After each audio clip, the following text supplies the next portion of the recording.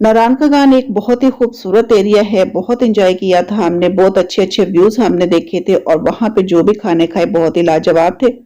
लेकिन जो चाय हमने पी थी तंदूरी चाय, तो उसका तो कोई जवाब ही नहीं था।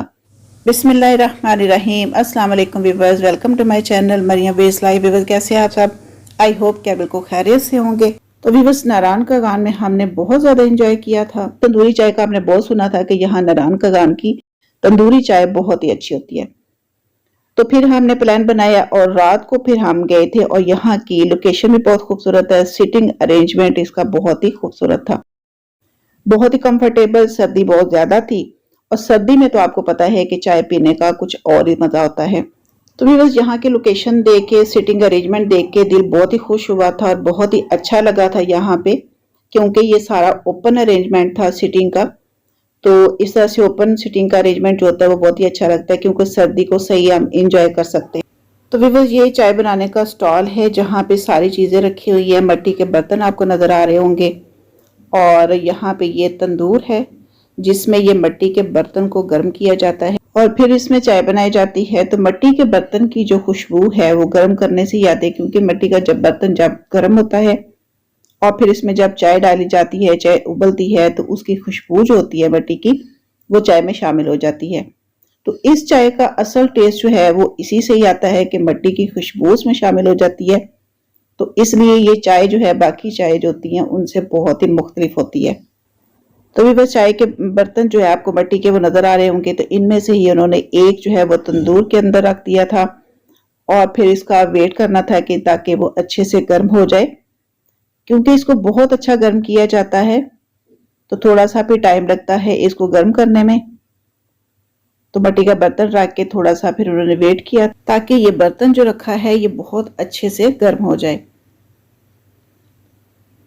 तो विवज, ये बहुत मुश्किल होता है कि तंदूर के अंदर, जलता हुए तंदूर के अंदर हाथ रखना और उसको बर्तन को निकालना भी और रखना भी। तो ये प्रोसीजर जो है वो थोड़ा सा मुश्किल होता है।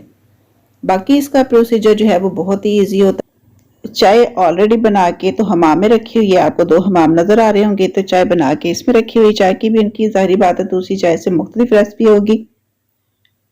तो इसका टेस्ट भी माशाल्लाह से बहुत ही अच्छा होता है। अब जो बर्तन उन्होंने अंदर रखा हुआ था वो निकालेंगे और ये चाय जो थी वो भी तंदूर में रखी हुई थी और जो मिट्टी का बर्तन था वो चाय के अंदर रख दिया।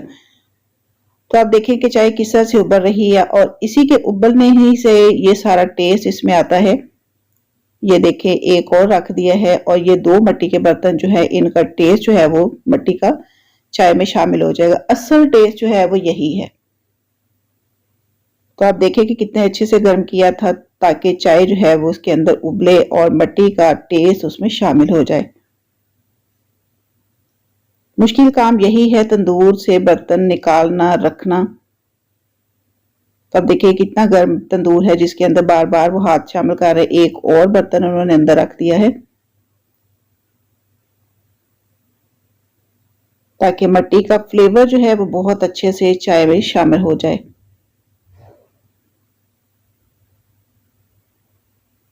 तो बस ये बर्तन बहुत अच्छे से मिट्टी का उन्होंने गर्म किया। अगर ये लाइट सा गर्म होता तो इससे चाय नहीं उबलनी थी। चाय जिस तरह से उबल रही है इसका मतलब है कि बर्तन जो है ये दोनों बहुत ही तीनों अच्छे गर्म किए थे। अब इनमें से ही एक के अंदर चाय डाल दी उन्होंने।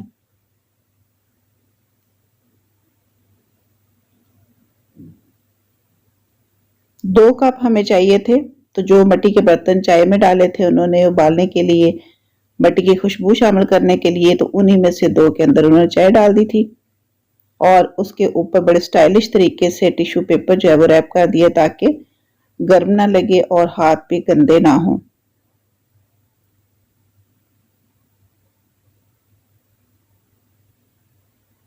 तो ये सर्दी भी इस टाइम वहां पे बहुत ज्यादा थी और सर्दी में चाय पीने का एक अपना ही मजा होता है। और ऊपर से ये था कि सोने पे सुहागा के अरेंजमेंट जो सीटिंग था वो था आउटडोर। तो आउटडोर में ये था कि सर्दी को भी हम अच्छा खासा एंजॉय कर रहे थे और साथ साथ चाय भी डिफरेंट थी। तो दोनों चीजें ही लाजवाब थी। तो भी बस ये चाय जो थी नारायण में बहुत ही मजे की थी और काफी दिनों से फिर हम आते जाते प्लान भी बना रहे थे, हमारा दिल भी चाहता था एट लास्ट फिर हमारा प्लान बन गया और फिर ये चाय जो थी वो हमने इंजॉय की। तो गर्मा गर्म चाय जो है यहाँ पे सबसे पहले मैंने हस्बैंड को टेस्ट करवाई थी, वैसे वो चाय नहीं पीते हैं। तो ये चाय मैंने थोड़ी सी पहले उनको टेस्ट की, क्योंकि पूरी तो उन्होंने पीनी नहीं थी, इसलिए हमने 2 कप ही बनवाई थी। तो माशाल्लाह से चाय सबको ही बहुत पसंद आई थी, क्योंकि चाय है ही बहुत ही डिफरेंट और बहुत ही टेस्टी चाय थी।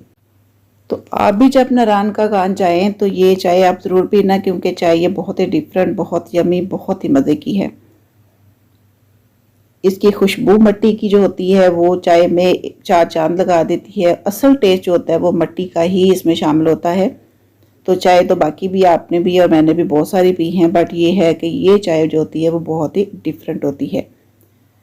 तो व्यूअर्स, मेरी आपसे रिक्वेस्ट है कि जो चैनल पे न्यू है प्लीज़ चैनल को सब्सक्राइब करें, बेल आइकन और ऑल को लाजमी तौर पे प्रेस करें, ताकि हर आने वाली वीडियो का नोटिफिकेशन आपको मिल सके। तो ये व्यूज़ आप देखें कि कितने खूबसूरत हैं। यहाँ पे चाय के साथ साथ व्यूज़ को एंजॉय करने का भी बहुत ही मज़ा आया था। तो व्यूज़ खाने पीने के साथ साथ अगर वहाँ पे व्यूज़ भी अच्छे हों तो मज़ा जो होता है वो फिर दोबाला हो जाता है। और यहाँ पे माशाल्लाह से आप देख रहे हैं कि व्यूज़ बहुत ही अच्छे हैं। तो यहाँ पे बैठ के भी हमने बहुत ज़्यादा इंजॉय किया था। चाय तो खैर बहुत ही अच्छी थी और चाय के साथ साथ व्यूज़ भी बहुत ज़बरदस्त थे, जिसको हमने इंजॉय किया। तो इस स्टॉल में रश भी बहुत ज़्यादा था, क्योंकि जहाँ पे टेस्ट अच्छा होता है तो रश ऑटोमेटिकली ज़्यादा होता है। तो फिर बस चाय इंजॉय करने के बाद फिर वापस हमने होटल में जाना था। तो भी बस जाते जाते भी काफ़ी व्यू जो हमने इंजॉय किए थे। ये बाजार है नारायण का, तो इसमें ये एक होटल है जिसमें सिटिंग अरेंजमेंट सिर्फ 4 पाइयों का होता है। तो इस टाइम जो थी उन्होंने उठा दी हुई। तो ये सिटिंग अरेंजमेंट भी बहुत ही ज़बरदस्त ट्रेडिशनल लगता है। तो व्यूअर्स, आज का ब्लॉग अगर आपको अच्छा लगा है तो प्लीज़ इसको लाइक और शेयर ज़रूर कीजिएगा। मुझे अपनी दुआ में बहुत सारा याद रखिएगा। अल्लाह हाफिज़, गुड बाय, टेक केयर।